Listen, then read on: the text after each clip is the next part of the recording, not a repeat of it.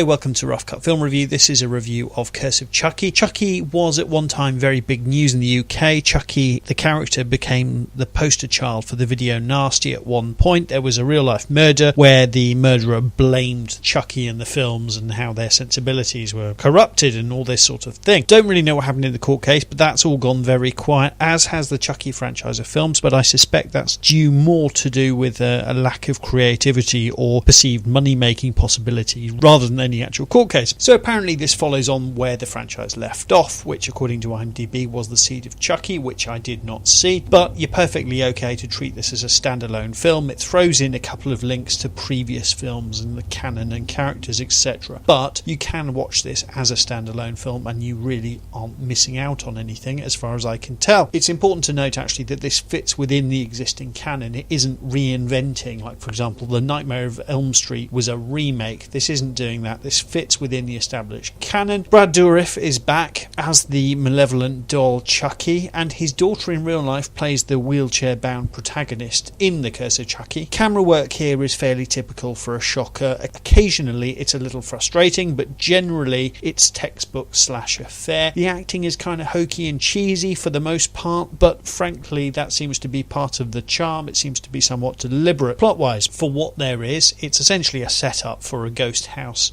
chiller. As I've said, it's fairly self-contained. You don't need necessarily to see all the previous films, and it is a very simple setup. It's a ghost house spooky slasher. A family that we slowly discover can be described as dysfunctional receive a parcel in the mail. The little girl of the family starts to suspect that the new addition to the family, a gingerhead doll, might be behind some rather nasty events that have started happening in the big spooky mansion that they find themselves in. At its heart, it is an exploitation B-movie and very little else. There's some sexy lesbians in there, there's obviously blood, there's swearing, there's dialogue designed to try and shock you, there's gore designed to try and shock you.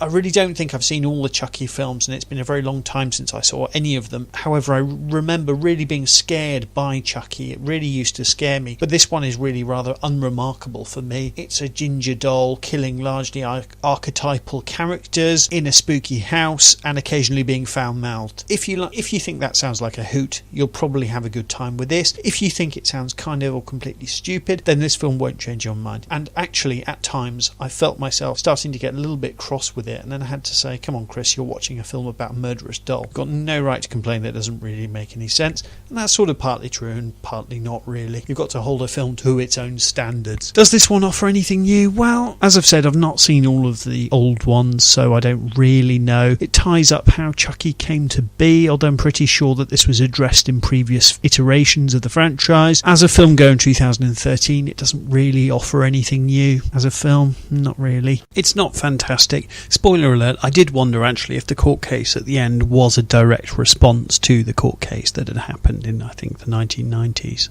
all that time ago, and they were having a bit of a fun with it. That might be the case, or I might be overanalyzing it, I'm not sure. Ultimately, the film isn't very ambitious and just about achieves what it set out to do, and that's pretty much it. Kind regards, Christopher Thomas.